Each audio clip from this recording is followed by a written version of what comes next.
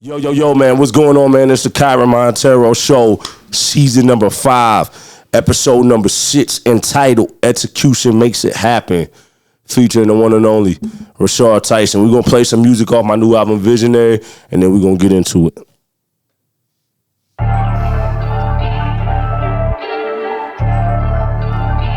New album, Visionary, available right now, man.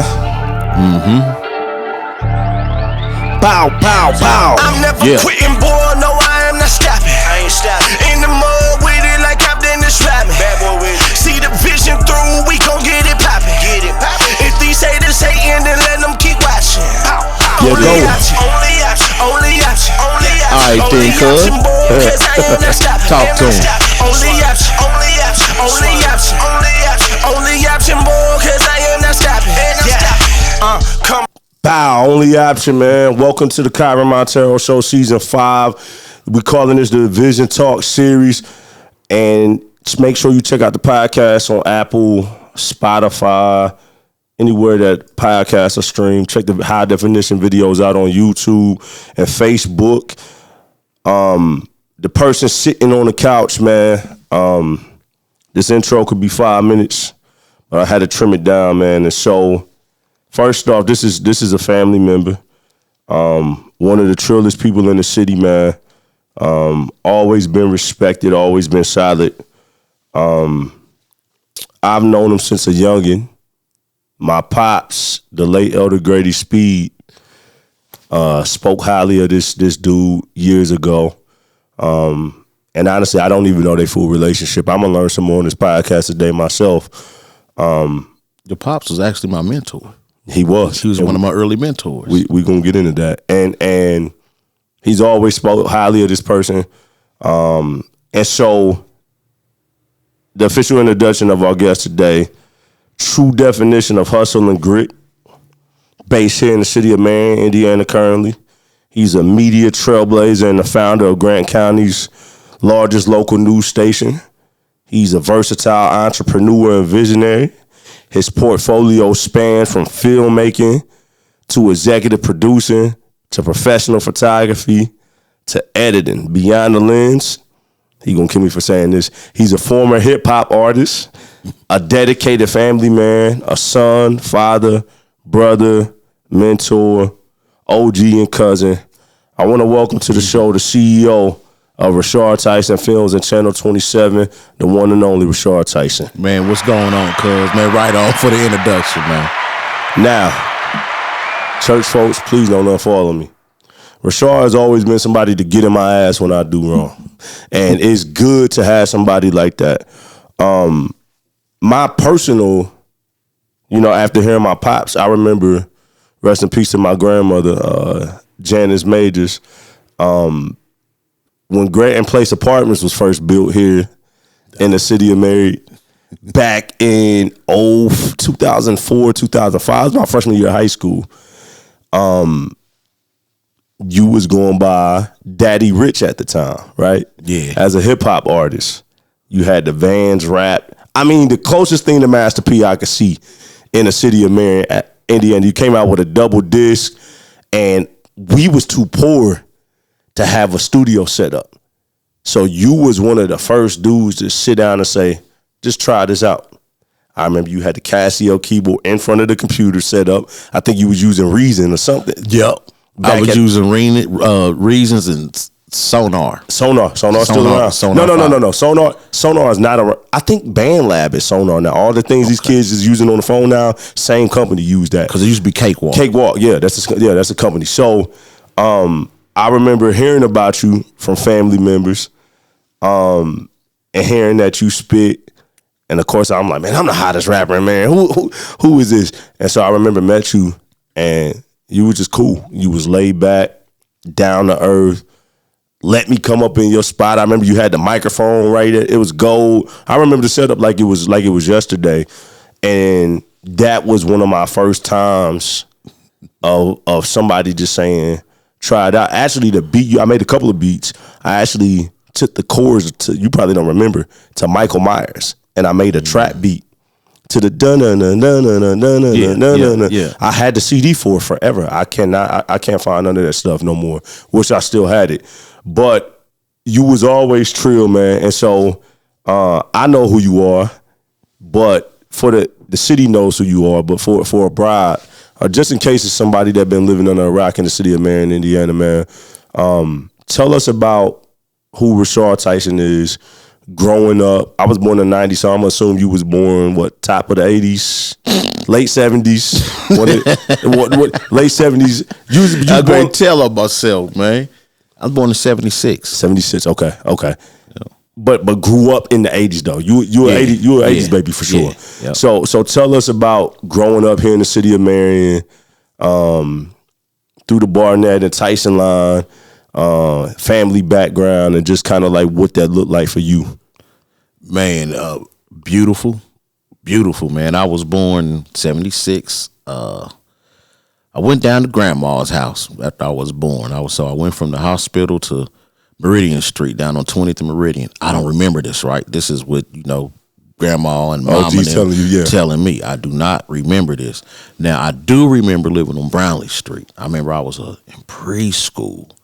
Now, I remember like the last day at the crib before mom and pops moved us out to Brinker Heights. So moved out to Brinker Heights early, like on a 4 or 5, and grew What street was you on out there? Vickery Lane. Yeah, you live on the same street. That's crazy. I grew up on 218 Vickery Lane, right behind Jones Middle School, man. And it was cool. Childhood was cool, man. I loved it, man. Family was big back then. It's unfortunately nobody's families are what they were back then. Nah. But it was a lot of spending times with grandmas and cousins and aunties. Then you came up with some of my family members, right? In that time period. Come on, your Aunt Carissa, or she a cousin? Aunt, yep. She the youngest, yeah. They stay like right around the corner, man. Right there on that corner coming into Vickery. Yeah. My cousin, one of my cousins live in that house right now. This is crazy. That's what's up. Yeah. And Carissa always had that Erykah Badu type vibe about 100%. her, even back then. It was crazy. But yeah, so it was cool growing up. I loved it, man. I loved it. I did. Now, I remember on Man Morrell's podcast, you said that the 80s was the best Marion you've seen. Yeah. Now, obviously, I went around. You talked about how, like, it was booming because it was a lot of money flowing to everybody. Yeah. In the community. I mean, it's a lot of money now, but it's certain levels of people touching certain levels of money. But back then, I'm going to say everybody was getting money. Even people that you didn't think was getting decent money back then was getting money. Them nice factory jobs were so plentiful. Like, people think just because, all right, this is a big misconception. People try to think my family thought we were uppity or ritzy or something because we lived in Brinker Heights. So what? The people that lived down on 18th Streets and Boot Streets and all that, they made the same money my mom and dad made. They worked at the same factories. Everybody around here was touching the same money. Yeah. Yeah. I mean, it don't mean that you was no richer because, I mean, I grew up out north most of my life because my pops coming from Cincinnati, he was tired of the hood. Yeah. So everybody looked at us like, y'all living out north? I'm like, dog, y'all got more forces, throwback jerseys, and fitted. I wanted to move to the hood because I'm like, man, I'd rather have more. Because see, I wouldn't have clothes. Yeah. And again, I guess it's on our parents what our parents chose to invest into and how to spend their money. That was the only difference. But them doing that and growing up out north, I was the only black kid in the neighborhood. But it exposed me early on, like, no offense for the listeners, but it showed me how to deal with white people at an early age because it was different because we was only some of the only ones that lived out north.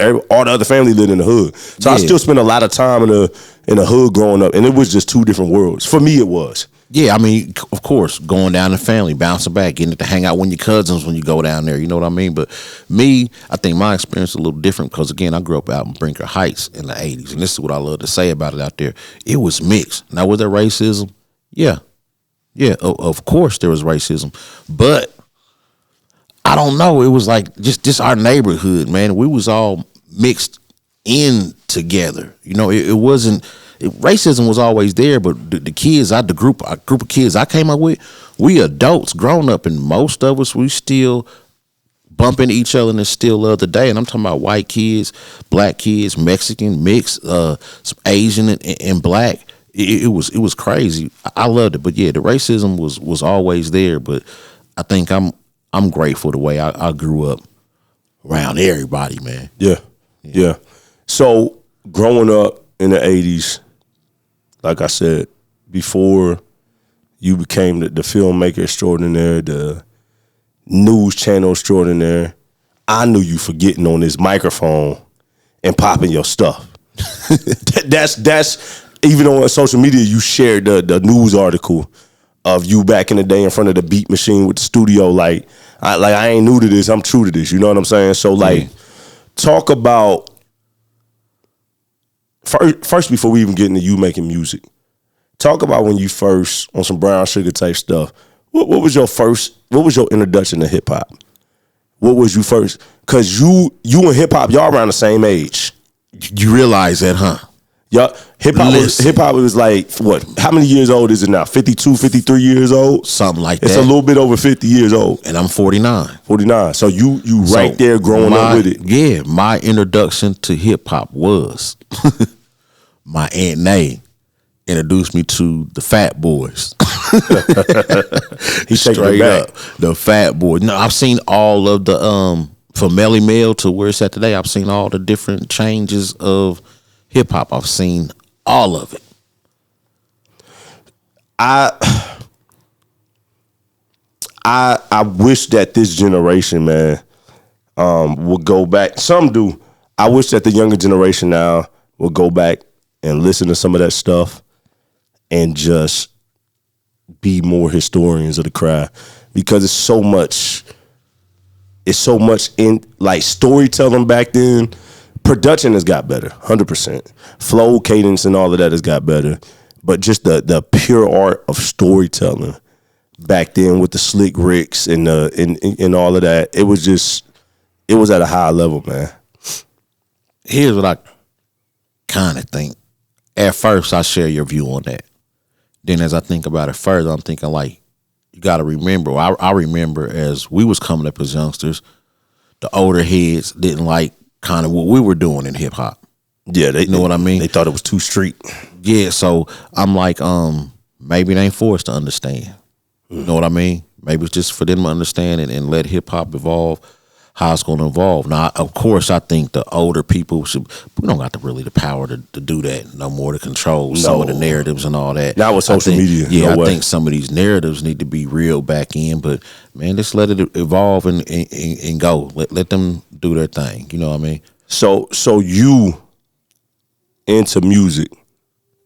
Tell us the origin of you being into music and how that got started, because I'm going to assume that was probably one of the first creative things you got into. I started off as a DJ in my bedroom. I was the greatest DJ in the world in my bedroom, standing on top of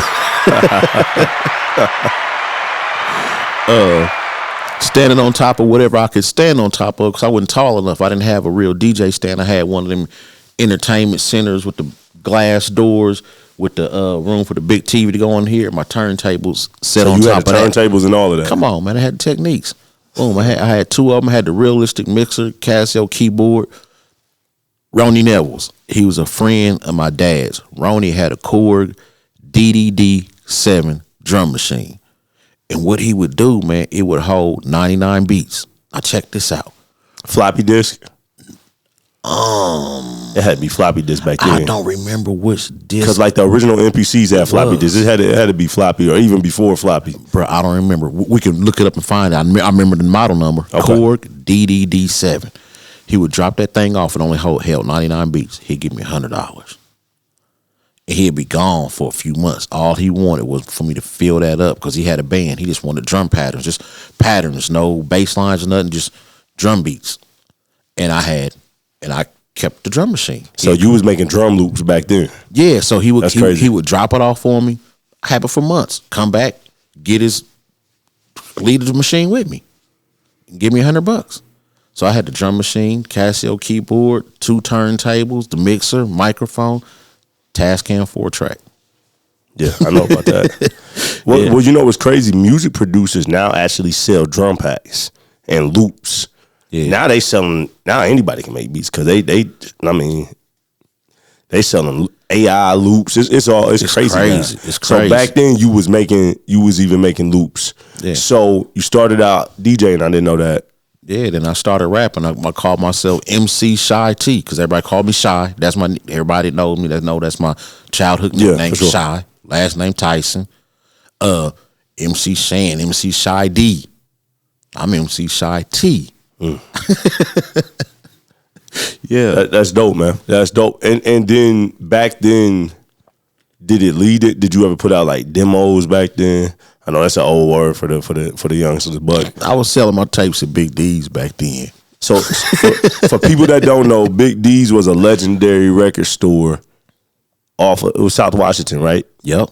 Right down the street from McCullough Middle School in the city of Marion, Indiana. This is when you walk and get your this was like the hood version of FYE. It was a great store. It was just staple in the city for so long. I wish somebody would bring something like that back. Everybody tried to. I know their family tried to hold on to it for long as they could. It was. I hated to see it go. I just didn't have the means. Still don't have it, but I wish I had the means back then to try to preserve it. Because again, records are gone. So like when you take, it's hard. I think because in this day and age, I think it'd be hard to keep a record shop open. Well, there is one psychedelic seller. Shout out to Matt Wilson here in downtown Marion. Check them out. Good people. That's probably the closest thing we got to it. But yeah, I mean, 75% of the smell like Ganesh 8 incense as soon as you walk in. Yeah. But now 85% of the market is streaming, man. So you come up DJing, start rapping. Take us to the speed up, take us past high school. Where are you at with music or anything at that time? What does life look at? Right past high school. As you enter adult years, how's life looking? Now, right past high school, you probably don't even know this. I don't got any material or anything released under this name.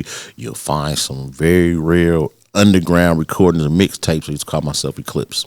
You know what I mean? So that was like. So you changed the name from Shy T, from like a young kid going into late teenager, going into adulthood. I started calling myself Eclipse. That's when I had met William Dorsey and all them. Greg Robinson and all them. The GF clique. I went into the GF clique. Eclipse. You know what I'm saying? My style, the way I did my music, I was still heavily influenced by the East Coast. So I was Eclipse and had that kind of style of rhyming. You know what I mean? The Midwest is weird because it's a melting pot. Yeah, we take all we not quite Southern, we're not quite East, we're not quite West. A little bit of all of it. But we really created it all. Because when hip hop was born, they sampled Motown records and just changed the drum beat. East Coast did their version, West Coast did they. So really, the Midwest birthed hip hop. The sound of it.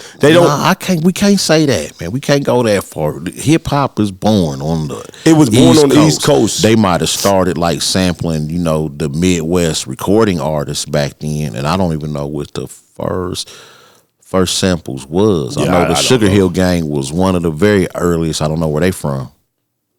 They sampled. I forgot what they sampled. I think that's New York. Either New York or LA. No, New York. No, the Sugar Hill Gang was from New York. You talking about You Don't Know What Girl? The sample that they sampled. Oh, the record. I don't know what those artists. I have to go fact check later. Yeah. But still, the Midwest was still. When you talking about legendary urban music, it came from here. Motown. Yeah. I mean, it that and R&B still. I mean, cats not sampling R&B the way they used to, but hip hop and R&B was at one point was first cousins. You know what I mean? And so it's a little different now. I think they still are. Yeah. So you called yourself Eclipse. You clicked up with other people. What year is that? This is what? It had to be before. It had to be early 90s, like 91, 92, maybe even going into 3 maybe. So at this point, I'm into the world. I'm 3. I'm up 3. So I'm existing now. So around that time, 90s hip hop has progressed a lot. Rakim, you passed the Rakim. Now we're getting into the Nas Illmatic era. We getting into Biggie and Pac.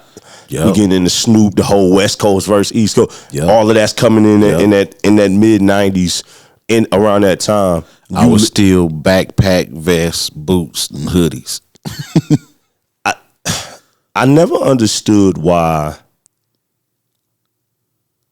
your era and maybe like a little younger, maybe like Zebo and Andrew Morel's era loved Pac so much. Like I understood what Pac meant, but they said like grown men was like crying when Pac died. I was fucked up.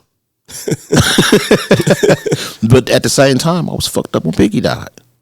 I couldn't pick between Biggie and Pac. I still can't. Still can't. What was it? Because there was leaders, Martin Luther King, there was Malcolm X, there was other people. Not far as being outspoken and being a leader, part of the community, of course, Pac.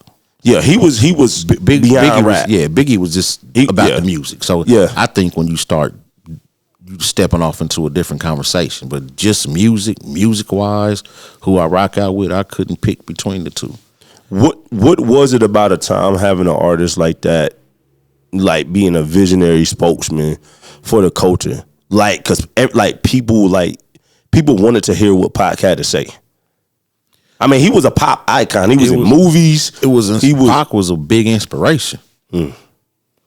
Real big inspiration. But like very, very inspiring. Man, like I'm thinking about the All Eyes on Me, the double disc. Like I still rock it now. Yeah. You know what I mean? The checkout time, back then, come on, that might not, I don't know if some of the youngsters will get it, but back then we used to have a lot of hotel parties. You can't have hotel parties no more. Nah, you get kicked out. Yeah, y'all done missed all the hotel parties. Man, that whole wave, man, that was fun. So stuff like that, it was like soundtracks to the way we was living. You know what I mean? It was dope. So at that time, I gotta imagine being an adult at that time. You getting inspired off hip hop. At a whole nother because I don't think I was quite an adult. I think I was like getting there. Okay. Like what year we talking about? 94, like in that mid 90s. 94, I was 17. Yeah. So you getting into that. Take me from there to the Daddy Rich era, because that's when I came to know you as that artist. And at that time, I never seen recording artists and Marion of any genre drop 2 albums at one time. That was crazy. I don't know if that was because of All Eyes on Me and you seeing Pac do stuff like that or what, but nobody did that. Now I look back at it, think about it, but there's a story behind it that I really don't want to get deep off into revisiting, but we will revisit it briefly. Going into the Daddy Rich, that's when I started dabbling off into the streets, meddling in the streets. That's where the Daddy Rich thing come from. You know what I mean? And that's what they used to call my dad when he was younger in his days, but I never heard nothing about my pop selling dope or nothing. I just know about my dad working all the time. But you know what I'm saying? Dad liked to be fly and all that, you know what I mean? So I took that on as my name when I was out there running around selling dope. So that's where that came from. The double album came from, man. What was the name of both of those albums? Because it was 2 totally different albums. I couldn't name them. I just called it Daddy Rich Volume 1 and Volume 2. I couldn't think of nothing to name it. You know I remember I had to sneak and listen to them joints. Because coming up as a preacher's kid, you knew my pops. Yeah. And so I don't think he really, honestly, I don't know if he ever really was cool with me listening to what's labeled secular hip hop. Even when he died and I was 18, I was always respectful of what I played around. But I think when I got in high school, around that time he started loosening up a little bit. But there was a point in time where I couldn't even play it. And I think around that time he started loosening up. I remember I said for my sophomore year, I wanted Nas's Hip Hop Is Dead album. And he let me do it. Him and Jay-Z had a song called Black Republican. Man, that's still one of the hardest beats to this day. And around that time, this is meeting you around that time. Mm-hmm. But I had to like sneak and listen to it. Yeah. But it was hard though. So you called it Volume 1 and Volume 2. Let's talk about marketing. And as an entrepreneur, you had the rap vans. For people that don't know what that is, if you seen this man driving down the street, you seen his logo and his picture and album covers on the van. Yeah. There was no mistaking who he was. What was the mindset and the boldness and the belief of you marketing that way? Because at this time, there is like MySpace is starting to come in. But it was though. It just wasn't around here. I'm watching other down south artists do this. That's how they marketed their sales. So like, who like talking Master about? Like P, Master P, Sibo.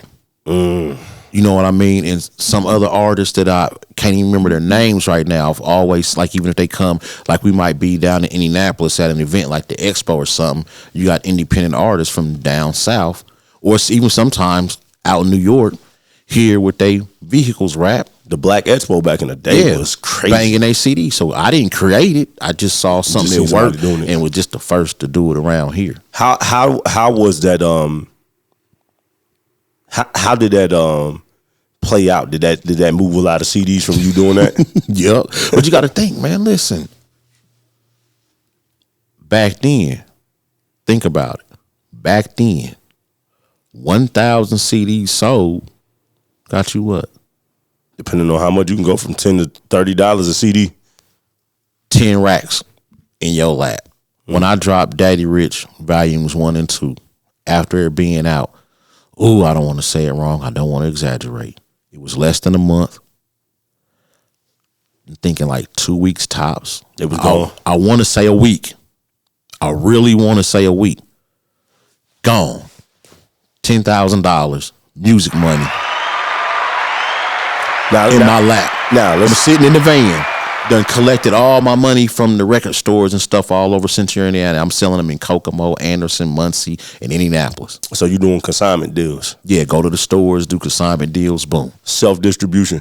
Sell what they want to sell them for. I don't care. I just want 10.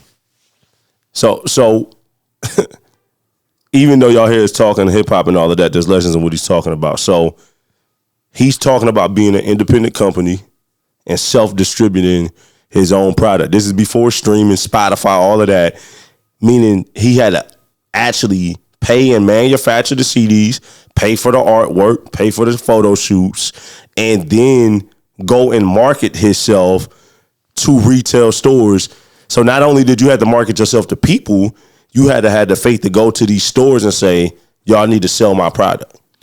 Yeah, and it was kind of easy because, okay, back then, I don't even know how it happened to where the song wasn't even on the album. I don't know if you remember, I had a song that was fight music. It was called Say That Shit Now. You know what I'm saying? About people calling, talking crazy to you on the phone. Then when you see them in person, they ain't talking about what they were just talking about on the phone. Good, you know what I'm saying? No, I want you to rap that shit you was just rapping a minute like on the phone. Say that right now. Stand on business now. So I made a song about it, and that song that's crazy.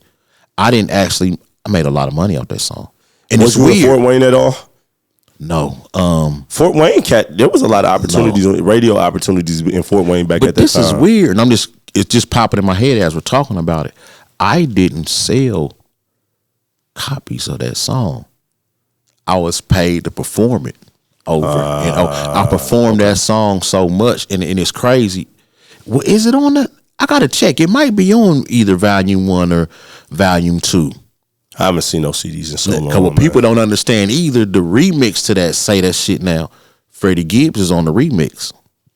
Gibbs, he was around back then? Yeah, Gibbs was around back then, but this was before he blew up. Is he from Napa, Gary? Gary, okay. Gary. So he was on the remix with me, but Freddie Gibbs is dope. Yeah. I got paid to perform that song like $400 here, $500 there, like every weekend. Sometimes I'm going to 2 different clubs. It's crazy all around Central Indiana. And it made the Daddy Rich Volumes 1 and 2 sell out. I remember I drop them off and not even get a couple days later. That's dope. The store is calling me. You sold out. You got to come back and put some more of these CDs in the store. Man, see, and I'm a kid at the time. But it wasn't like that in Marion, and we didn't have social media for me to get on social media and brag about it. You know, don't get it twisted. The love wasn't like that here in Marion. The Daddy Rich Volumes 1 and 2, I'm realizing I got a lot more fans appreciating my music in Marion more than I thought. But all them record sales and album sales flopping off the shelves, that was Muncie, Anderson, Kokomo, some of Indianapolis. But that's crazy though, because I heard a lot of people talk about your music here. Anytime your name came up in the barbershops, Duran, Blessed Creations, wherever it might have been at the time. Everybody here loved the Out on Bill the most, and I feel them. I agree. It was all love back then, man.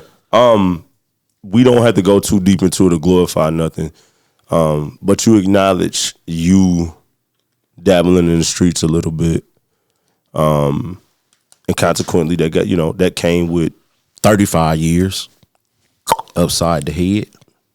That's what it came with. And you end up serving 10, right? And so you go in, but even through that process, you're focused. Yeah. What do you learn? Sometimes gotta take a bad situation that might be self-inflicted that we cause, but still turn it out to work in our favor. Ain't no sometimes, he does it all the time. Me and you are walking miracles of that both in different ways. What did you learn through that time of you having to pause and sit behind a wall? Like, what was the vision? I don't narrow the question down because there's so much could be talked about. You know what I mean? like that bad situation. What good did you extract from that to get you ready for the next phase of life? And I'm okay. It made me revert back to the way I was raised. That's one of the things it did. And in my mind, I feel like it made me a kid again in a lot of ways. Okay, here's why I say this. Now, when I was young, go out and play, have a lot of fun or whatever. But it was a lot, time I spent upstairs in my bedroom. And I don't leave my bedroom by choice because I got everything in here creative. Whole entertainment company. Come on, man. In my bedroom, I got a stereo. I got a computer. Matter of fact, people don't know it. I had 2 rooms. My mom and dad gave me 2 rooms. I got my bedroom, and then in the next room was my studio where all my gear is at. I spent a lot of time up there. I didn't leave there except to go to the bathroom, to the microwave. Now let's go to prison. Salute to your parents, both of them. Resting in peace. Salute to that. Now let's go to prison. It's the same thing. I don't leave my cell except for to go to the bathroom or to the microwave. So I'm just in here creating. So as I revert back to like being a kid in my cell, I'm being a kid. I'm just in here writing, creating, coming up with ideas, making plans for what I'm going to do when I get out of here, because they gave me that sentence or whatever, but I did not accept it. I never accepted it. I kept fighting and kept fighting and kept fighting until the doors opened up. I went to trial. I didn't take no plea bargain. So for people that don't know, Richarh, he has a lot of street smarts, but book-wise, academically, I don't know what you did in school, but I know just from knowing you, crazy smart. Crazy smart. You actually represented yourself. You may not want to talk. You don't have to talk about that, but he's really, really smart. You wrote books. You didn't you didn't get out and then write books. You wrote them while you was in there. I'm going to tell you why. I'm going to tell you how they came about. Do you want to hear the story? That's fine. Here it go. When that double disc came out, Volume 1 and Volume 2. And that's in 2005, right? Yep, 2005. I had signed a distribution deal, and these discs were coming out nationwide the October. I got knocked off in August. I was signed with it was a distribution company out of Florida. I forget the company. I had to look on the disc when I get home. I forget the company. But in that, from watching Master P, I got the hookup and all that, the movies that he made. I made a deal inside my distribution deal that I can make direct to DVD movies. I don't know if you remember the direct to DVD way. Yeah. I had it in my contract that I was going to make them, and those were going to be distributed through my distributor too. So I'm supposed to be getting ready to make movies. Remember, the album was coming out in October. I get knocked off in August. So I'm in jail. There was this dude, white dude named Big Thirsty, cool white dude. I want to bump into him. I ain't seen him since back then, man. Big Thirsty. Listen, I don't even know why they called him Big Thirsty, man. He's a cool ass older white dude, man. If you're watching this, somebody, hey, right on, man. Thanks for the motivation. Reach out to him. We want to see you, man. Hey, he had pulled me in the cell one day and cussed me out. Told me I was bullshit. I mean, went off on me, but I felt the love. He said, you're in here, messing around, jacking off time or whatever. Woo, woo, woo. Man, you got talent. You had your music going out there, and you told me that you had it in your contract where you could make movies. Well, ain't no movies right now. That's out the way. It's over with. Ain't no music right now, but you can make some books. You can write some books. You can put your stories into these books. He said, you're reading all these gangster novels every day. You know what I mean? So, because of Big Thirsty, I started writing books. Wow. Whoever Big Thirsty is, salute, man. Yeah. So, 2015, you get out. I see you. That's a terrible season for me, but I see you in passing. At a legal organization, and I'm excited to see you. I done did a lot in at the time in the Christian hip hop world. So my first thing after making sure you good, I'm like, hey, man, when you gonna get back to the music? And surprisingly, it's not the answer I expected. You said, cuz I'm about to get into making films. Yeah. Right? Yeah. So I'm not knowing the backstory that Richarh Tyson Films was already about to be birthed. Whatever it would have been called at that time would have been birthed back then. Right? So you always been a creative individual. So you get out, you're looking at films. But then not too long after that, you found Grant County, Indiana's largest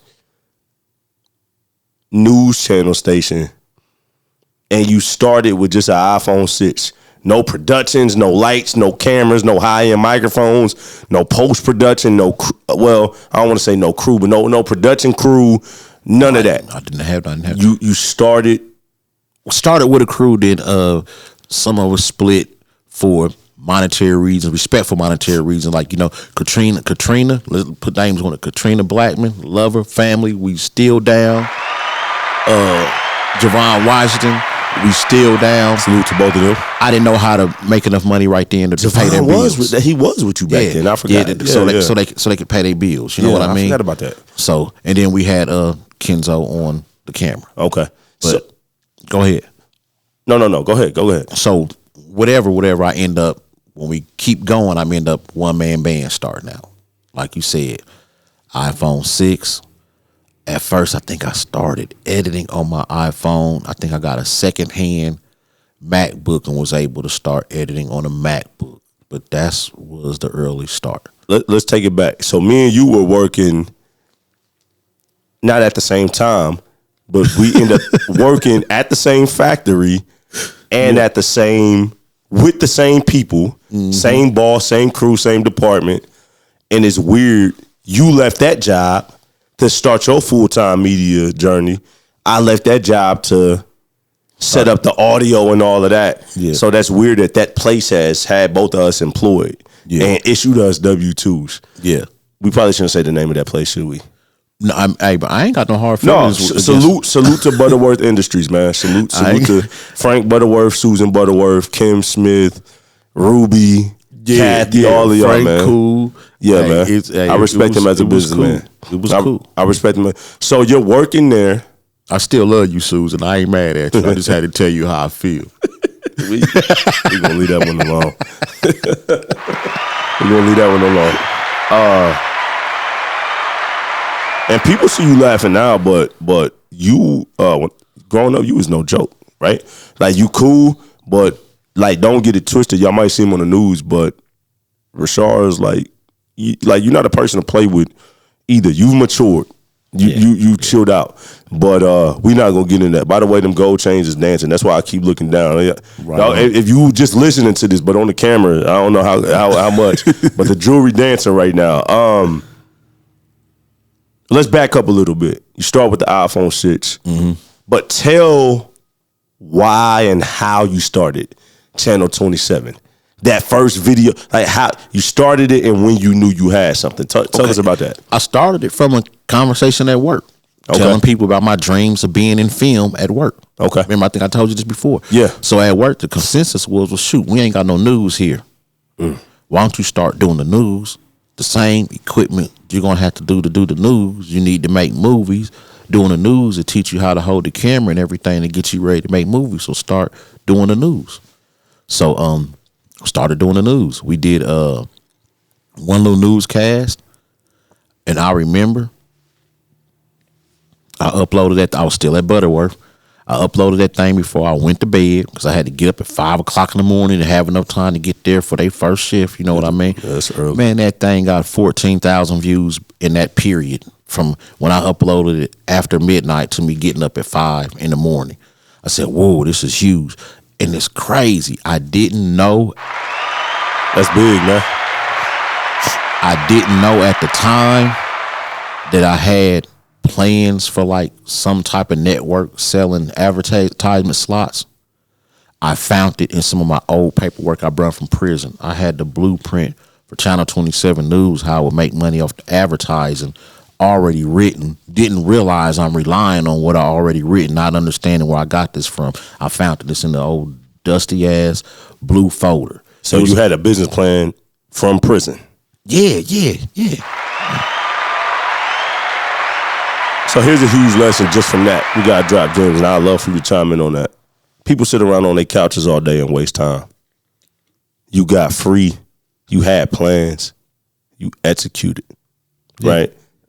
So when it comes to being a visionary, man, what does, like, if you had to write that word yourself, right, and you had to, like, if they approach you and say, Richarh, what is your definition of a visionary? How would you write that? You see it first. Not out here. Not with your eyes. I try not to get too deep with all my stuff. People to understand, go understand. No, go. You see it in here first. That's where you see it first. After you see it there, then you just make it happen. So that's how you see it. It's a vision. You see it in your brain first, then you make it happen. When did you know that you was different? One thing my Uncle Mario, salute to my Uncle Mario Speed, got a lot of respect for you. One thing he always says about you is, it don't matter what that cat does, he gonna make it happen because he's a go-getter. I used to grow up thinking that everybody had that dog in them as kids, because some kids play basketball, some kids play football, run track, but then when you get grown and life come your way and you start figuring out what it is, everybody don't have that same dog that we thought everybody grew up with. Then the boys and the men start separating. Very few men and a whole lot of boys. No disrespect. I'm not saying that disrespectfully, but it takes a different kind of person to have that kind of dog. When did you know? Always. Now, I ain't gonna lie, I was shy. Like young, maybe even up towards middle school, dealt with bullying. But I always knew I was different. But that dog to go get it and do something and make something out of yourself, everywhere I went, it was bred into me. I'm talking both sides of the family. I'm talking about from mom and dad. You go to mama's side of the family, you got my granddaddy Matthews, Dickie, he putting it in you to be something. You go over here to my dad's side of the family, my Tyson's, grandma, the Tyson there, grandpa, I call him grandpa, my other one granddaddy. Grandpa was in your ear, boy, you a Tyson. You got a grandma Tyson. Put some pep in your step. You know what I mean? It's everywhere I went, it was do something, be productive. So that's all I knew. That's all I know. When you talk about family, man, it's funny, man. I swear, I was talking to who was I talking to this morning, man? I was just talking to one of the homies this morning. My guy Monte King. That's who I was talking to, I believe. And we were talking about family and stuff like that. And I was saying, like, not necessarily now because of how the world is different, but that last name Monteiro, it was connected to Jacksons. It was connected to Joneses. It was my dad. Every time you leave the house, boy, you represent me. Mm-hmm. If I was getting in trouble at school, I couldn't play the drums at church. Right. Man, they had confiscated my studio a whole semester. Yeah. Not a grading period. A whole semester. See, dang, I thought I had the grading period. You bring home F's, you cancel it. Man, my dad used to say cancel Christmas. My dad be like, man, till next report card. Excuse my French, Kai, pack that shit up and put it in the shed. I'm a sophomore in high school. And what's crazy is at Christmas, get the new keyboard or whatever, and I know like 2-3 weeks into school when this new report card come out, it's gone. I'm trying to learn this mug and enjoy it as much because I know it's coming, so I can't even really enjoy it. So like you said, that having integrity of your last name, where you come from, that's important. Yeah. Because I feel like, I don't know about all cities, but in the black community here in Marion, I feel like we've lost that. And that generational kind of thing. That's a whole nother podcast. It is, but I'm saying in the sense of like, I'm trying to, that last name Monteiro, like me and Jada, we trying to, by the way, she hate when I do this, but I'm gonna do it. This is my wife's first cousin. You know what I'm saying? They both Barnett. So she be like, why you telling all my business? Because I said that was Slay on the interview. You ain't have to say all of that. They mom's decision. They Barnetts. But it's changed. Because when I see certain families, they setting up, and I respect them. But these entrepreneurs over here, they setting up generational wealth. They getting into real estate. They starting companies. Like, I want my daughters and after that to be good, man. I think whatever happened, again, which is a whole nother podcast, I think some of us, because like I participated in some of what happened, you know, with family and all that, you know what I mean? So now being older, looking back on the mistakes and how things were, I'm trying to do that. Like, you know, like with my kids, I made my kids a promise and it looked like it's coming true. You know, I spent a lot of time in prison away from my kids, so I couldn't have that family thing. I have, you know, kids by multiple baby moms. I contributed to that. Yeah. But I told my kids, grown kids, yeah, they grown now. But I told them what I can do though, it ain't gonna fix nothing, ain't gonna make it better. I'm gonna leave this generational wealth behind and these business plans and some businesses behind for y'all to take over if I fall off of here. You got some kids doing well. You got a daughter without saying the name. No, you got one daughter that's like a lawyer or a judge or something like that, right? She's in law school. And she's acted too, right? In some of the movies. So and we're gonna get to that, man. So you got that Tyson hustle, you got that Barnett grit to you. Knew that you always have it. You start the news station, Channel 27, and goes crazy. You know you got something. The end goal is to start film, is to get into film and movie production and all of that. And I'm in there. You in there. It's the start of it. But you had the blueprint already. A lot of times people don't want to do what they need to do to get to where they want to do and want to be. Starting a news channel is not the same thing as doing movies. No. They both in media, but they two totally different sectors of that.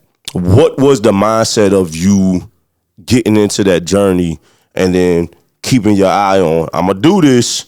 Hold up. And not only did you do it, but you were able to build a news channel to sustain the living. So salute to that. You were able to lead a job and you've been doing it full time for how many years now? 9. That's crazy. Another.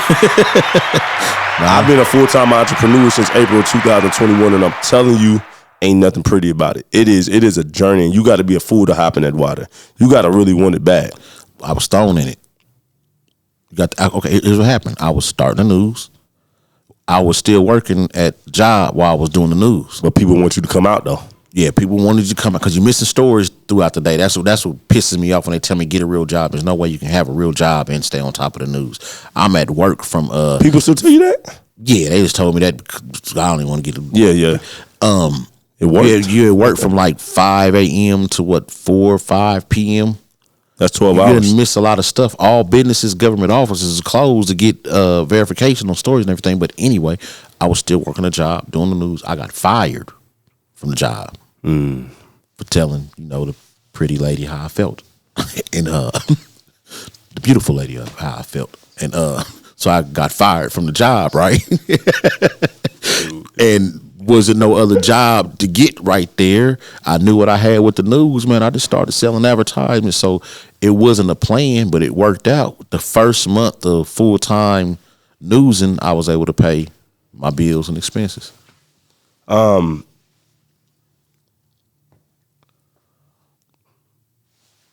In doing that, you get to a place where you can sustain, and you get to a place to where it's working out. You're able to start dabbling with stuff. What is that transition of doing news, the demand of that? That I would want to have nothing to do with that world. And I don't want nothing to do with it no more. That world is demanding. It is so unforgiving. First off, with you standing on the morals and principles you from your former life and what you were doing, then to go into the news station, that's a heck of a trend. Because at one point in your life, you probably would hate your occupation. You know what I'm saying? Really? Not hate, but no, two different worlds, though. No, because people don't understand. Here's what people don't understand. When I was getting in trouble and being on the news, I've actually gotten big enough trouble to be on the news, Indianapolis news, and in Marion papers and stuff. I wish I had a person that would cover, okay, Richarh Tyson got in trouble for selling drugs without all the extra. In his previous record, if you notice, I don't do all that. I don't run people through the mud when I have to report on what happened. Yeah. I don't add all that extra commentary. And that was part of the reason why I was doing the news, not to be running people. Okay, if you get caught, it's public information. Yeah. It's public information. And I get it because I used to do some of the same stuff. So I'm not up here doing this story like I'm better than you. I'm just running the business. Be fair and just run a business and also be here when something wrong to reach out to try to help something get fixed. And to be fair, you reported your own family members at times. Yeah. So that has to be a tough, that seat, that's some smoke I just don't want. Just experiencing recent smoke with the podcast, not even thinking, I wouldn't want to be in your shoes at all. Not in a million years. But you were built for it because you got the shoulders for it. What kind of lessons entrepreneurially can you know what, before we get there, let's go into the films. So You get the news station has been running, it's successful, biggest in Grant County. Salute to that. Started from an iPhone 6. Now that boy got top video editing software, microphones, cameras, lighting, and lions, tigers, bears, oh my, you got it all, right? So the dream comes true and you start getting into your first films. I got to throw this out. He let me master a couple of his films here at Frequency Canvas. So, salute to that on being able to be a part of that. Been to the premiere for your movie, Not About Us. Forgot About Us. Now, technically, I think you've improved, but that is my favorite movie from a comical standpoint. Shout out to Monte Carlo and everybody in that movie. He did his thing, man. Him and Didi, they did their thing. I ain't gonna lie. Watching the movie, I was surprised at that. And there's also a good thing when you're a visionary from the news channel to you doing film, you giving people opportunities. That's a beautiful thing. You're not just about yourself and your family, but you've opened up the doors for other people, and then you've inspired a ton of people, whether they give you them roses or not. You've inspired a lot of people. Getting into the film world, tell us about that, man. What the heck? When I get stressed out doing content videos and keeping up with everything. Mm-hmm. A film is a whole nother beast. So walk us through that world, man. Like, what does that look like? Because that's totally different from running a news station. I think you have to narrow that question down. There's so much. There's so much to it. It's so what inspires you to write a movie? Like, because I know you already had some of the scripts. Remember, this was the movie thing started well over 20 years ago. Early 2000s, yeah. As far as wanting to do it. So I was already inspired. I just came across the opportunity to make one. That's what happened. From doing camera work with the news, and I know I wanted to make film, I started doing camera work for other local, I'm not going to say local, but close. Wabash, over in Bern, Indiana, doing film work for other directors and stuff. I didn't know that. What led to, I still ask Brittany all the time, how the heck did she find me? Brittany Sherrill, my producer. Dope. She hired me to shoot one of the films she was producing, her movie. I didn't know that. Yeah, A Bell Family Christmas. Dope. So at this time, you have cameras, microphones, like you got full production gear at this point. Yeah, I got some shit. We way past the iPhone 6, all right? Yeah. At this time, I had some equipment. But you would still pull that iPhone out quick. Yeah, quick. Yep. I'll pull it out right now quick. But so I shot the film, and long story short, about the last couple of days, few sessions of filming, I'm realizing, oh shoot, this is what I need right here. We got actors and actresses. The producer that hired me, hired her to produce mine. She knows how to put all this stuff together. Here we go. So we made my first film, Forgot About Us, with like $3,000. Wow. Yeah. And that was the start. We ain't looked back. And for people that don't know, first of all, go check out the movies, man. It's not easy to make a movie on that budget. Luckily, you were able to do the production yourself. Yeah, because if you would have hired out people, it would have been impossible to do with $3,000. Yeah, being the fact that I had the equipment, I was editing it, I was shooting it, I was directing it. That's how I was able to do it that cheap. So that $3,000 budget wise, what are things that you have to use that towards outside of the production? You know what? You got to pay the actors out of that. And, we're using like entry-level actors who, first off, when I got the bill for what the actors charged me, I cried. Some of them actors only charged me $40, $60. And they're showing up enthused like I'm paying them thousands. You know what I mean? So first off, I didn't have the group of actors that was ready to grow with me. Yeah. So from that, you got to pay the producer, and then you got to pay for some food for him. You know what I mean? Like, as I'm working up here doing the news, okay, I got to shoot this weekend, Forgot About Us. Let me get me a few extra $100 to decide to pay for everybody's food. You know what I'm saying? To do all that. So that's where the money went for like Forgot About Us, Full Custody, and the Zuri Johnson story. We're gonna talk about that. The latest. Not the latest. So, how much time you got? The latest is a whole nother beast. So you mean to tell me that you don't just start a business and get rich? No, you gotta grow. We went from a $3,000 budget to about a $5,000 or $6,000 budget for full custody. I think I spent closer to $6,000 for full custody, which is great if you watch that. Yeah. And then the Zuri Johnson story, the one that's blowing up, got millions on top of millions on top of millions on top of millions of views and impressions on Tubi. Last time I checked, it was at 12 million. That was a couple weeks ago. I just quit checking. You can't just go by that like that. You can't just say that like that. We spent $15,000 on that to the new one, Asphyxia, 40 bands and still counting. You know what I mean? I think I'm end up having about a good 45 bands in it for us all over. Yes, probably more than that. So how in the film world? So with me coming from the music world, having a record label and stuff, it's not like it used to be, right? Like the times of you selling out 1,000. I mean, I ordered CDs and vinyls for my new. We sold a few, but man, people streaming on these cell phones. It's hard to convince people to play that. So on Spotify, Apple, Tidal, all of the streaming platforms, you got to get a whole lot of streams to really make some real money. And it's dominated by the major labels. That's another reason why I ain't jumped back into it, because I don't know the hustle anymore. Stay out. You know what I mean? I don't know the hustle. I don't know how unless to make you it love work. it ain't. I do it because I love it, not because it's the most profitable company in the movie world. How does that work? So you're getting all of these views on.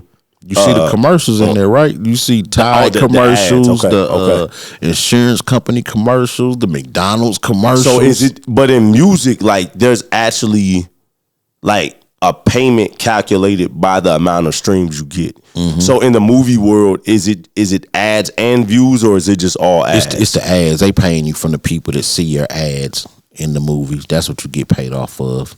The impressions, you see what I'm saying? So if you got 50 million views with no ads, you got no money. Oh, but they're not gonna put it up there without no ads. They're putting ads in it. It ain't going up there. Okay. Yeah. Now, how good your movie is and the content of your movie does determine who are gonna put ads in your films. You know what I mean? That's why I've pulled back on a lot of cussing and stuff like that, so I can get the more higher tier advertisers to put their commercials in my movies to make some more money. Let's talk about that. In the sense of having a brand clean enough, there's a lot of people, I got a lot of homies, you know, like, man, I don't want to not cuss in my music or on my pod or doing my content, you know, that's fake. And I'm just like, well, if you go work a job and they tell you this is the code of conduct, you're going to do what they say to get to the money. I mean, I think everybody got their different paths, because there's some people out there that cuss on their podcast and still got the big dollars. Right. You know what I mean? But I think it was best for me what I was doing. And it's still gritty. Like when the Fixie come out, it's still gritty. It's still sexy. But it looks, oh man, it looks crazy, cuz it looks crazy. But yeah, I want them bigger paying advertisers. But there could be a benefit in cleaning stuff up a little bit. Yeah. Because I think even on YouTube to monetize it, I don't think they can cuss on YouTube for so many seconds or minutes into the video. Like you have to get into it for people that's monetizing you currently. So I mean, there's benefits in doing that. And of course, more people to watch. Yeah. You can still tell the gritty stories without all the cussing, and the gritty people that like the cussing going to watch it because of the story or whatever. And then a Fixie is not really a gritty story. It's a psychological, sexy thriller. You know what I mean? It's a thriller. So for the Zuri Johnson story, what are some of the ads? What are some of the biggest ads like from companies that you've seen? McDonald's, Tide, Liberty Mutual. That's huge. Stuff like that. I mean, all you gotta do is say McDonald's.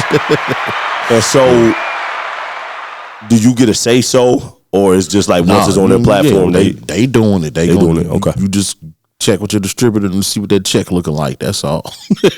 that's so. Even with bigger movies, like if I'm on Netflix watching Bad Boys 4. I don't know how that works. You don't know? Okay, so, okay. I don't know how that works. They probably just do it. They probably cut it in advance. I would imagine probably. I'm hearing different people. You got different deals. Depends on where you're at. You know what I mean, do you hope to structure deals like that one day, where a platform might just cut you a straight check and then you get royalties on the back? I'm going to try to with this one.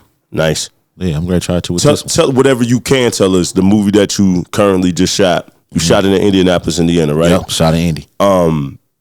Tell us about that. Like, as much as you can. Like, what's the concept, name? Yeah, I'll tell you about it. The name of the movie is Asphyxia. Again, it's a sexy thriller. You got Omari Blackwell. He is the villain. He was in love with his wife, Christina Faye, man, but she took his heart through the ringer, and he just couldn't take it. He killed her. She was cheating on him. You know, she was into certain stuff that he wasn't into. You know what I mean? So now what he does, he gets on the internet. He poses as a woman, and he looks for women that are complaining about husbands working too much in the marriage, because that was the excuse his wife gave him, that he worked too much. So when he see these women complaining about they're bored and sexually frustrated because their husband worked too much, he slide into their inbox. Hey, visit this site, Christina Faye, named after his wife that he killed. Visit this site, Christina Faye. I began living out my wildest fantasies. They go to the site and get lured in. You know what I mean? He posed as different characters throughout the movie. Like the way it opened up, it was some lady who wanted to have an experience with a priest in church. She thought she was great, go to church. They had this, extracurricular, sexy thrill in the church, and he choked her when she got there. You know what I mean? There's the latest post. Sound like Ted Bundy almost. The latest post I put on Facebook was about the strip club scene. A lot of people think the movie's about the strip club. It's not.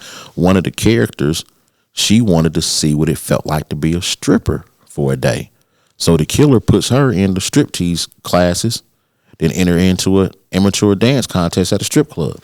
She goes, she wins the contest, and watch the movie to see what happens. But yeah, he's a serial killer. He targets women on social media. Then you got detectives Ken Monroe and Monica Zamorano who's trying to follow him and catch him and clues. He's leaving black roses at the scene. The black rose signifies the end of a relationship. Black roses do not grow in Indiana, so they're trying to figure out where these roses are coming from. It's crazy. Wow. Then you got to pay attention. Wow. When is this releasing? Should be out by March. Okay, so soon. I'm editing now. This is soon. What?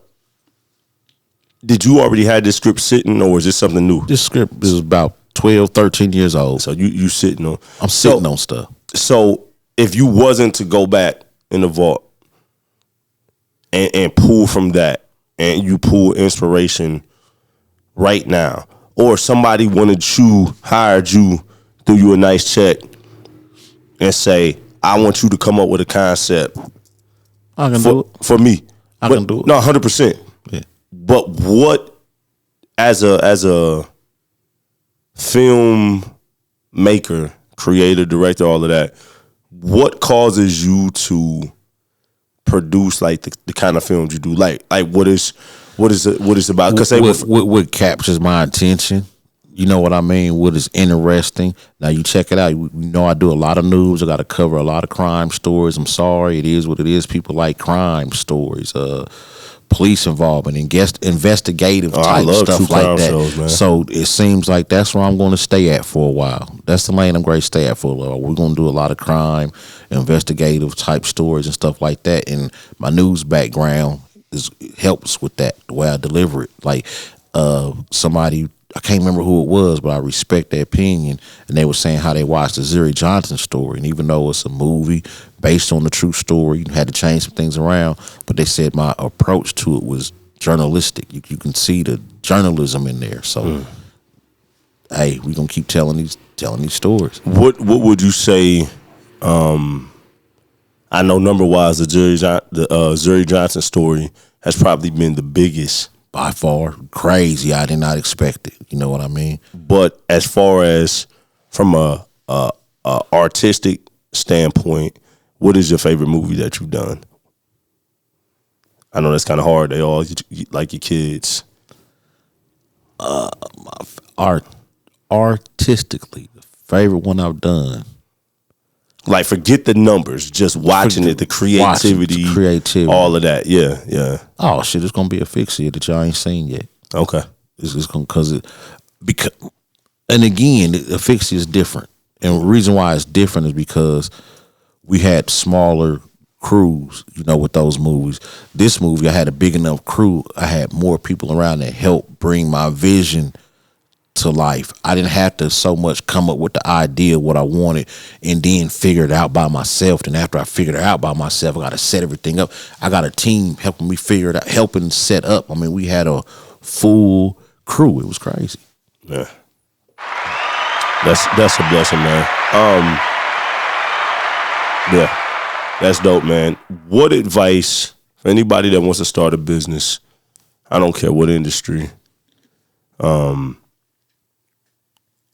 They just want to get up and go. To me, you represent no excuses. Go. I don't care whatever you got. I remember you coming to me when in the beginning, cuz go. It's like, but I need to figure that out in a minute. Go. Take off. Yeah. And the reason why I got listen, some of y'all might not remember it. I used to sell real estate. And when I was going to school to get my real estate license, Forgot about that. I was being courted by a real estate company in Indianapolis. I'm gonna leave them nameless, but they was taking me to seminars, and it was one of the biggest, most real estate selling dudes. He had a seminar, and what he said is, "Go, take off, quit over planning." I see so many. No, don't get it twisted. You got to get your paperwork together. You got to plan. You got to get everything structured and everything. But some of that can come later. Some people spend so much time planning, worrying about paperwork and what ifs, the business never get off the ground. Go make some money at it, because which I didn't know what it was, POC, proof of concept. That's real important in business when you're trying to get more money from investors or partners, or people want to see that your concept is working. You can't show them that your concept is working sitting on the couch going over paperwork, planning for what's going to happen when A, B, and C and D go wrong. Man, lay some shoes up, be ready to pivot and move when you need, and go and figure everything else out, man. I'm not gonna lie to you. I give you props for starting with an iPhone 6. You know me, I wouldn't have did it.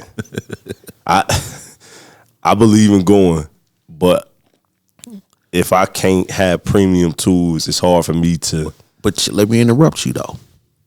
A lot of people didn't know that's what I was using. Now, I said iPhone 6, I had a kitted out iPhone 6. I had some attachments with it. People thought I was using a camera, except for the people that actually saw me out filming with an iPhone. But if you didn't know I had an iPhone and you looked at them early Facebook videos, look, we're on social media. If it shoots high definition, it shoots high definition. Them iPhones shoot 1080 AP. Some of them, they shoot 4K now.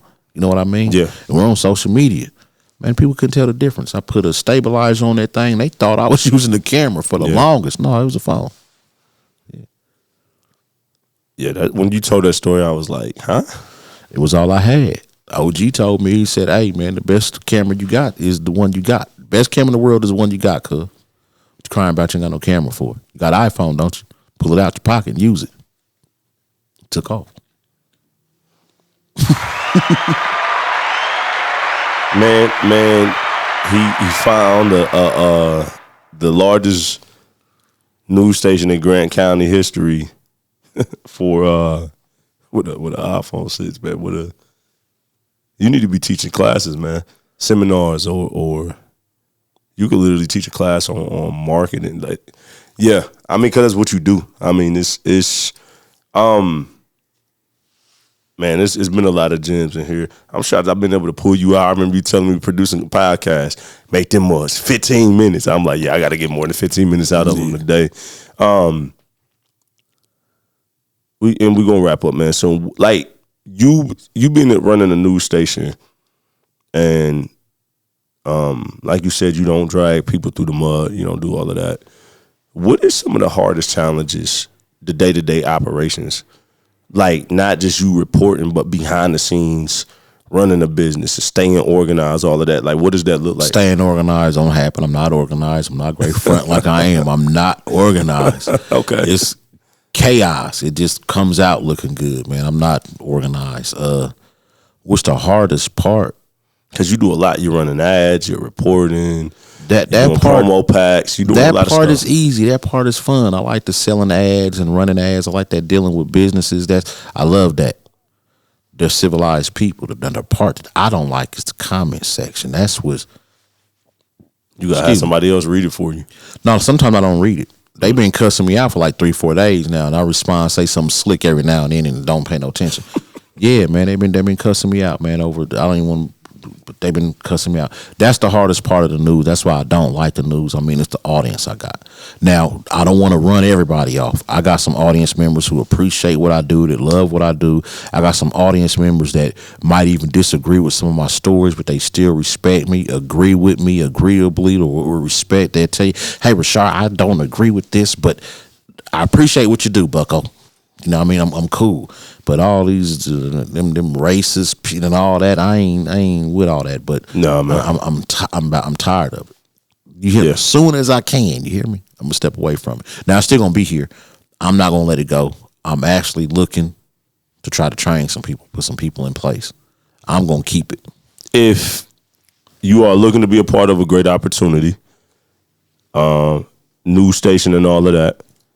This man has opportunity. How can those people just reach out to me on the news page, my personal page, Richarh Tyson? Shoot, just reach out to me. And it's being hard to find people that's going to stay dedicated that I can trust. Because in the early days, people just come around just for a few days, learn what I'm doing, and go off and try to run do their own thing. You know what I mean? People try to come, suck your knowledge out of you, and take off and run with it. That's fine. Don't mean that you. So just understand there's going to be a contract, a no complete clause, where after you leave me, you can't do nothing else in this lane for about 2 years. So just know that. So come with good intentions. I love Kobe Bryant, but Mike was still Mike. You could stick your tongue out like him. You could glide like him. He's the closest thing. I don't want to hear that LeBron stuff. He's the closest thing to Mike. But Mike is still Mike. Air Jordan is still Air Jordan. The original is always the original. Don't mean that amazing things can't come. Don't mean that you gatekeeping, but you can't come try to sauce the sauce. That ain't how that work, man. I'm not going. Yeah, man. What a great interview, man. Wrapping up, man. What was you about to drop the movie? Asphyxia. Okay. Yeah. You said that we coming around late March. Late March. Mid, late March. Okay. We looking good, man. We looking good. I'm about a little under a third of the way into the movie. You know, I got a lot of stuff going on now. I'm trying to clear a lot of stuff on my plate so I can lock back in. Soon as I lock back in, 2 weeks. 2 weeks I'll be done. If I can get 2 good weeks without a whole bunch of other stuff going on. And this man is not just writing like you write the scripts, you're budgeting it out, you're helping administratively with all of this, you're editing. That's a lot of responsibility, man. Man, it's fun. No, I mean, I'm trying to get away from shooting so much. I shot probably, I don't know how much of a fixie I shot. That's because you love doing it, though. If you really wanted to find some young, hungry cats, there's a lot of young, hungry cats in Indy and a lot of places that know their camera. You could do it. Yeah, but here's the part, though. You're going to be there on set 10, 12, 14 hours. That's the part that you just can't find it. Well, people don't understand that. How many days at a time are y'all doing that? Man, we shot a fixie in 10 days. That's a lot of time, man. Man, I had some days where I was up at 6, 7 a.m. We're filming till 4:30, 5 o'clock a.m. We had one day like that, and I promised we was going to try our best to never have another day like that, but it happens, bro. It happens, 16 hours. But we're trying to, on a regular 10-hour day, 12-hour day. You also, outside of Channel 27, the movies fall under your Richarh Tyson Films company, right? Yeah. What's the future looking like? What's next? What's the if you could plan it out without telling everybody everything, if you could, what's the what do you hope the next 5 years to look like? Next 5 years has had me a solid. I don't want to say yet, but I don't want to say yet. Okay, let's scale it down.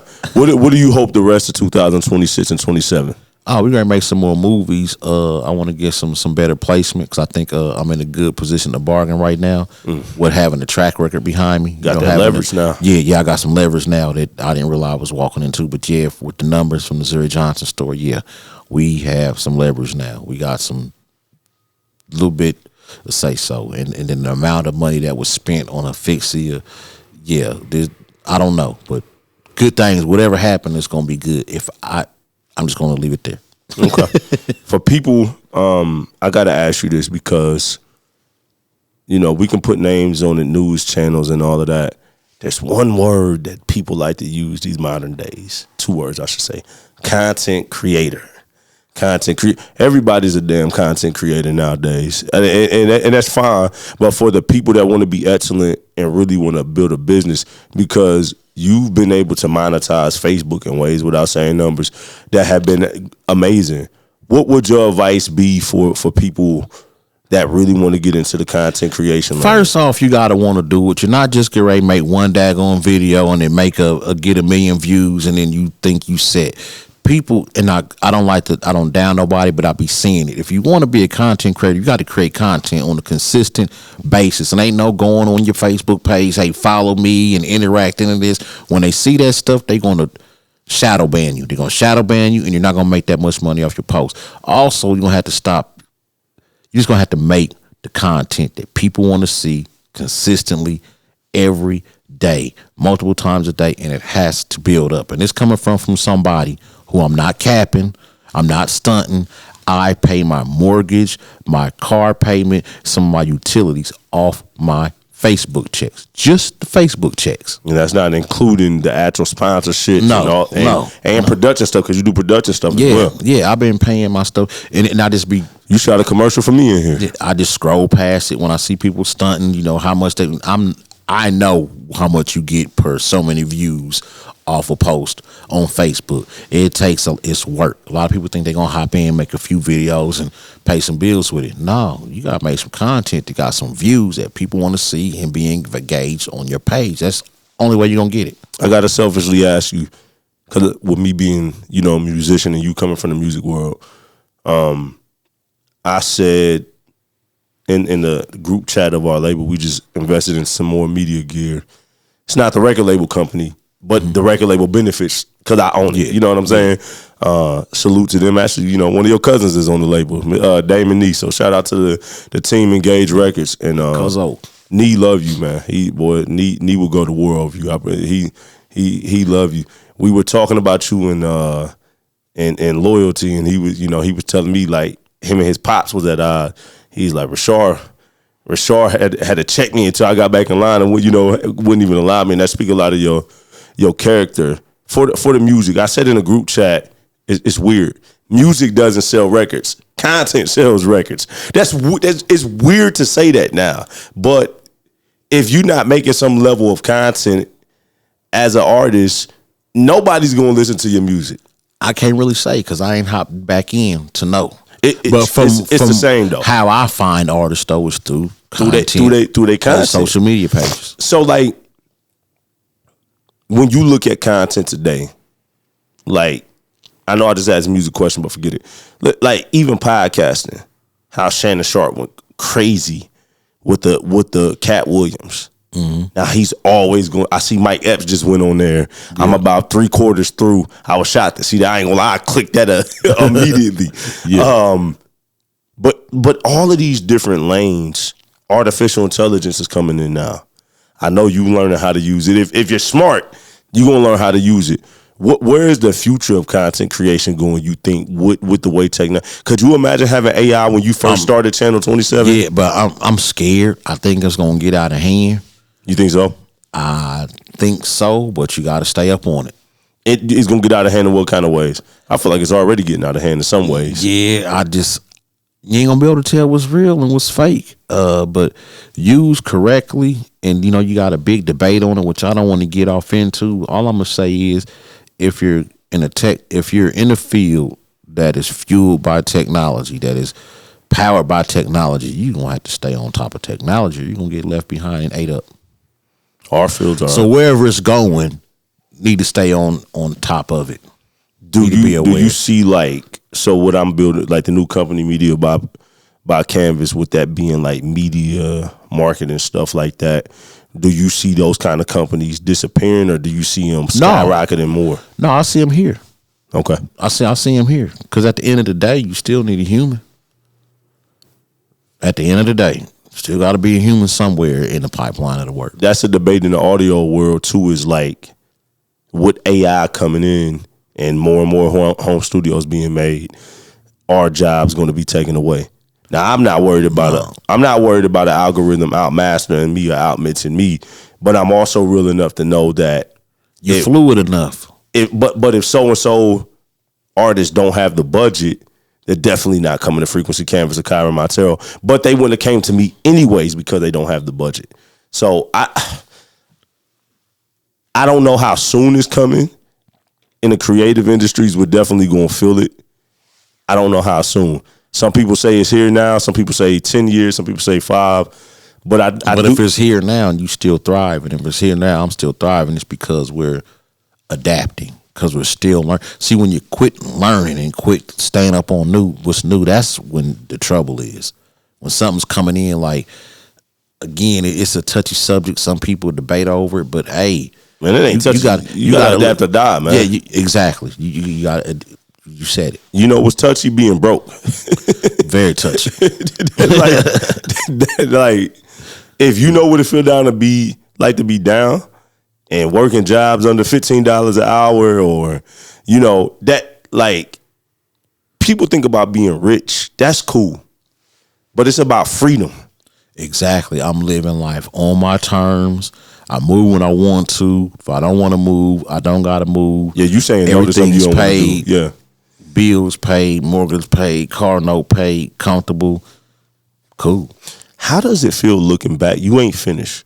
But I've heard people say sometimes we stay looking back too much to where we stop forward progression in the future. But I've also heard that, like, sometimes we're moving so fast that we don't look back and appreciate the journey. Do you ever look back to that iPhone 6 and all the progression you made? Do you ever wake up and say, I started a news channel from my iPhone and I'm paying bills off of it? Yeah, my iPhone is on my coffee table right now. That iPhone 6? Yeah, right there. Reminder every day. Because I'm going to be honest with you, man. With me coming from the music world and all of that, and then it started at just providing a space for people. And then that didn't even last long. And then a whole nother company was birthed under the company. You got Frequency Canvas, then that birthed Media by Canvas. I got so much anxiety at the top of last year. And you just, you gave advice. It was a lot of homies that gave advice. And to be here a year later after that, and to see, like, it's more than working, and it's scaling way faster than I imagined. And more can be done. Way more. You still got room to do more. No, a whole lot more. I know. We gonna be rich. It's crazy to me to wake up and be like, sometimes the things you don't want to do be the vehicles that can be the biggest blessings. I didn't, with focusing on Missing the Master, and it was hard for me to be torn and doing that world. And then I'm working with I'm still reaching out into the country, but it stands still from the crib. Like, it just was a different transition. But sometimes you got to do what's needed to do what you want to do. You like moving out here, moving around, interacting more, don't you? Yeah. Having kids now, your little cousins, man, them little girls drive me crazy sometimes. I love them though. I like this. I don't know, man. The thing I like about the music world the most is starting up the media and marketing company. I have to locally play the game more. And I love all the clients and all of that. And I have great relationships here, great support. Not everybody can do what we've done in our hometown. So I think everybody's meant to do different things. That's what make the world go around. It is, but not everybody can get love from their business in their hometown. Some people got to leave the scale, and we've been fortunate enough to be able to leave and still scale. I mean, we're gonna get money outside of here for sure. That happens, but to be able to provide for your family here, it's a blessing. It's a blessing. But the thing I like about with Mixing and Mastering is I can get money. Like 95% of the clientele in that company is out of town. And there's right at the crib. Or here, at the office now. And there's nothing nobody in this city can do to stop it. No matter how much you hate, no matter what you think about mistakes somebody to make, you cannot stop. That's where it is with me in the movies now. You seen it. I don't. First off, shout out to all the local people that do support me. Yeah. Appreciate and love every last one of them. Much love to y'all. But you got so many loud haters. You got so many dry haters, which I see. And I'm talking like not people, people in the street that you don't know. I'm talking about some cousins, some family, some friends you grew up with that just don't support what I'm doing. And I see it. I see some of my friends, and I'm not talking about Facebook friends. I'm talking about childhood friends. I'm talking about cousins and stuff that I grew up with. I'm seeing them share. Y'all watch Tubi. Y'all share everything else y'all watch on Tubi. You know what I mean? I watch daggone it. Some of my people's, like say for instance, somebody locally will try to show me some love and share one of my projects to their page, and they normally getting likes and everything else. See what happens when they share one of my movies to their page. Ain't nobody. It's not there. With the Jerry Johnson story, the premiere here flopped. sold out in Indy, sold out in Evansville. We was busy that day. We would have been there. Man, it's all good. I know y'all wanted to be there, but no, for real. I caught the other ones though. Yeah, I know. And it's we good. Yeah, but flopped. No, flopped for real. Like didn't hardly nobody come out. You know what I mean? I'm running around begging people locally, man, come to my movie premiere. Come. It's all good. It's like you said. Now that's crazy because the first two ones was packed. That's crazy. Yeah. I think it was the first one was more of a this dude done said he made a movie. Let's go watch this. And I remember the response inside.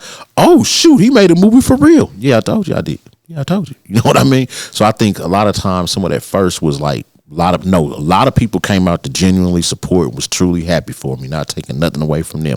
I wish there was a way I could get a list of names of people who, and collect them so I can always keep these people in my mind and in my heart when I'm doing stuff. There is. Say there's a way? Yeah, start at RichardTysonFilms.com and make them sign up for a mailing list. Yeah. All your avid people, and then once you doing premieres, dropping movies or whatever, hey, they coming for free. If you got or you selling tickets right there, they first in line for tickets. Yeah. Cause I want to give back and do something nice for the people that truly support me. You know what I mean? But start your mailing list. That's one of the best ways. But like you were saying, it is so much better once you can get the support from outside, and it don't matter what people here at the crib do. Because I don't even want to get into it. That's a whole nother podcast. But for the ones that do rock with you, man, you know. Salute to wherever here in the city of Marion, Indiana, and then abroad. Because I think we take it personal, and creative people and visionaries of any sort, when you birthing something from your heart, yeah, and people don't rock with it, it's hard not to feel some type of way. No, I'm saying you should take it personal. You should. It's like people showing you how they feel. It's personal. Like you'll have people you grew up with, and you see them congratulating everybody but you. And you ain't on bad terms with them or nothing. So that's that dry hate. I was talking. That's how you recognize that dry hate. I was talking to Marion. Excuse me. I was talking to Marion Morrell on the phone recently, and salute to the homie, man. Salute to the homie because. Me and you have both been blessed to be contracted through the city of Marion. Oh, they don't like that. They don't like that anyways. But we were talking about how also, like with this new media company, Media by Canvas, we've been fortunate enough we do his marketing. So his website that just launched, his social media management, content creation. He gave an opportunity, and he told me something. And I've tried to stand on these principles, but I'm going to try to stand on these principles more. He said that, he believes that when your friends and people you rock with try something, that it's your obligation to give them a chance. So if you go start cutting grass, I need to be calling you like, hey, cuz, I need my grass cut. You start a trash pickup company, hey, cuz, I got some trash I need picked up, how much I owe you, or friends or whatever. And so people close to you, I do feel like owe you that shot and that support. And I try to do that for my people. But then the world at large, it seems like the way the world works is like until you have that social proof that you're talking about, people don't believe in it. Yeah. And like, even with the story of Jesus, it's like, rather you believe in it, true or not, just the story. Like his homies ain't even believe that he got up from the grave. So some of them had to put their holes in their hand. Like he had to do miracles for people to believe like he was who he said he was. Accepted by his own. He had to go around and travel around, be accepted by the world. So it's like in your personal network, I think you should take it personal. Yeah, I do. But everybody else said I don't. But for the rest of the world, though, I don't care. You got to keep your head down and realize that until you have results, people are not like. I'll give you an example. I put out a casting call for a scene in full custody. I needed a classroom full of kids. I had about. That's the second movie, by the way. I don't know how many kids was in there. That little classroom was spread out. You know how many homies I grew up with? They got kids, grandkids, and all. Man, it's the classroom should have been full, cuz. It should have been full. It wasn't. I know the stuff like that. The Zuri Johnson story, you know, when they were the drone shot fly over the woods, and then we looking at the river, you see there's only 2 or 3 people down in them woods looking with the sheriff department. Man, I got homies here that's supposed to been out there with dogs, using dogs as a search team. Them woods should have been filled up with people from Marion being extras in this movie. But ain't nobody pop out. And hard, but except the people that you saw are who popped out. It was my cousin Meat, Gulliford, Todd Faulkner. I think that was it. Them three. Still work though. Yeah, we made it work, but it was supposed to have been division. It was supposed to have been people supposed to have been trampling through there. Somebody supposed to have been running through with dogs, looking for Zuri Johnson. It's crazy. I think like when in talking about what you're talking about, I think people have to realize who listening and watching. Like you don't want to give haters too much energy, but you got to process it too. Yeah, and with Jada being a therapist, like being married to somebody that got their doctorate in social work, I've just learned a lot more about processing. You know, like as men, especially black men, we've been taught like you just got to push through. Now, sometimes you got to slow down and deal with stuff. Deal with it and think. Because there's been times in my life, man, my anger has been so out of control because I'm just moving and not processing stuff. Yeah. But it is, again, you see it. Again, I acknowledge it, process it. I'm going to keep moving. You know what I mean? But I see it. Oh, trust me, I see it more and more. And it's okay. Yeah. It's going to be all right. But, you know, I think, too, that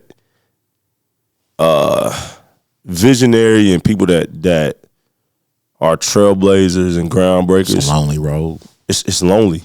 And I don't know if you ever live long enough to see the flowers truly deserve. Like anybody. You think, well, he was killed short. But even if Martin Luther King would have had lived to an old age, he probably never would have fully seen the flowers. Malcolm X probably never seen the flowers that he really deserved. Any of these other great leaders, pastors, entrepreneurs, whoever, they probably never, and like all of this work we doing to try to do generationally and all of that, it's probably going to be people that when we gone who benefiting from what we doing right now. And to study at the end, man, and it's all good. And that's why I say buy your own roses. Don't give them to me when I'm going. I'm a hype myself up. I'm gonna invest into myself. I'm gonna love the journey. That's why I gave entrepreneurship advice for people like do what's work. If you do like the news station, you seen that it worked, so you went with it. But I do think it's important to do something that you love too. That way, it's not miserable. That's why I'm doing the films, man. And I used to love doing the news. Actually, there's still some stories I like doing, but over and all, no, I don't like it no more. It's too much, and to not keep, go over too much time. Like prime example, the stuff that's going on with Renee Good. I thought it was a safe story. Ice killed a redhead white lady. I thought it was a safe story. It won't be I'm accused of division. You can't say I'm trying to divide racial lines because this is a white ICE officer and a white lady. You can't try to say I'm spewing racism. It's a national story. They going crazy, like mad at me. Mad. Been going off about 3-4. You can pick up the phone now and look on there. They still on there talking trash. I don't even want to see what I mean? So it's crazy. You never know what story is going to make them mad. Harmless. Like, this is a safe story. This is not going to cause controversy. Shoot. It's crazy what we do for a livings in any part of our companies, because we own multiple companies. Social media is huge for both of them. Your news channel can't exist without social media. Our marketing company is not able to have the clients we have without social media, right? But at the same time, that ear gate, eye gate, like how you say you got to see stuff, you also got to protect it. Yeah. It's hard. Like, how do you balance? I have to make posts and get off. Because if I get sucked in to the social media world, you can take all day. You'll be distracted all day. Man, like it's hard to I wish that I could run my business and once the team gets big enough, I'm not gonna be on it. I don't think I'm gonna be on it at all, man, because you get so distracted by just any and everything, and it just seems like it can literally just it seems like it can just kill the vibe of what you do, man. And so I like, for me, have to detox every now and then. Step away you got from to, man. The social media world. I mean, just like, and I'm not taking it down, so I'll talk about it. I mean, just like episode 2 with Kyle Johnson, aka Slay, fam of yours. The backlash of certain sectors in that, I couldn't believe some of the backlashes, and I'm not used to those type of interviews. I do this. I do the business talk. And this is for certain kind of people. Everybody don't want to sit. They want to hear drama. They don't want to sit and get the real game that come from people's story and people that's doing stuff. And for you, man, I got to give it to you. I don't think people understand what it's like being in a spotlight and having social media criticism. I've seen our mayor be criticized for unfair things. They do something at the state level. If I sneeze wrong at Walmart, it's going to be a story about it. It's crazy. I heard this. I heard this on the pod on TikTok. It says if the dog barks at the moon, nobody's tripping about that. But the second the moon barks back at the dog, it's on every news station and everybody's tripping about it. Mm-hmm. So sometimes you just got to be the moon and just let the dog bark. Let the dog. But if you say that, then that's arrogant, man. Yeah. So couple of last things wrapping up, man. Any last words you want to say to the people, man? Any advice, any encouragement, anything, man? Just keep going. Just keep going. Whatever it is, man. Just keep stop and process stuff. I'm learning. I've been in therapy myself, and we gotta stop compartmentalizing things and just pushing through it like we've been taught to do. But hey, man, just process whatever. And just keep going, man. Just keep going, like business-wise. Keep going. Don't stop. And I want to say this too, lastly. And I love that you don't glorify street life, but you don't totally run from it either. It was a part of you like, I ain't talking about this too much. I did it, but it's about what I'm doing now. You're a living testimony that you don't have to dive back into that world. Like, you got out, set yourself on a clean path. Took a little longer. It's not as fast as what you was used to. But once it get going, it's going though. Once you switch up and start moving, hey, it starts coming. But I would imagine you would rather have the peace of mind of some haters on Facebook versus the streets and the cops being on your head. Yep. To me, I would rather deal with that stress than deal with that. So for youngins watching, for anybody watching, Richarh Tyson is a living example that you can be in an underworld path and still get on a clean path and stabilize yourself, be building generational wealth, make dreams come true. I think, and maybe I'm an executive produce this, and it's time for you to take the back seat. I think you should do a documentary at one point. The story is not over. Yeah, I'm going to, but not yet. Not yet. Like I said before, don't enough people. I'm not big enough yet. Yeah. We had a documentary of Richarh Tyson. Who the hell is Richarh Tyson? You see what I'm saying? Yeah. I'm not ready for that yet. The story is there. I've been through a lot, but I don't think enough people really curious about who I am yet. It's just me. I'm working on, we already started shooting. I think we're going to reshoot some stuff. I got Journey of a Visionary. Got a documentary coming this year in 26. I'm writing a book. Now, do I think it's going to go crazy? No. I'm more so doing it for me.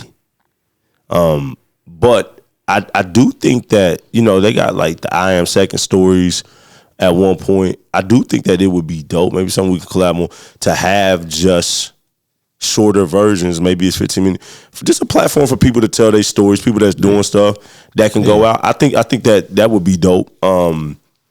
Because I think that would be dope. Stories run the world, man. Storytelling runs. That's why hip hop is what it is. Yeah. I said this the other day. The Bible ain't nothing but a book full of stories. Yep. I sell them book all the time. People love stories, man. So where can they find you at, man? Tell people where they can find Channel 27, you personally, and then tell them where they can find the movies. All right, for the news, Channel 27 News and Entertainment, Grant County on Facebook. For my films and all that, my personal page on Facebook, Richarh Tyson. I got like over 40,000 followers. Pick that one. I got a backup page that's real small. On Instagram, same name. And that's where I'm at. Just reach out to me. I'm easily accessible. And then as far as the movies, name your movies out in the platforms they're on. Okay. Shoot. Forgot About Us is on Amazon Prime and Tubi, Pluto, Plex, and Folsom. Forgot About Us is only on Tubi. The Zuri Johnson story is only on Tubi. You can look for Asphyxia to be out sometime this spring. I'm not exactly sure what I'm doing with it or where it's all going yet. Okay.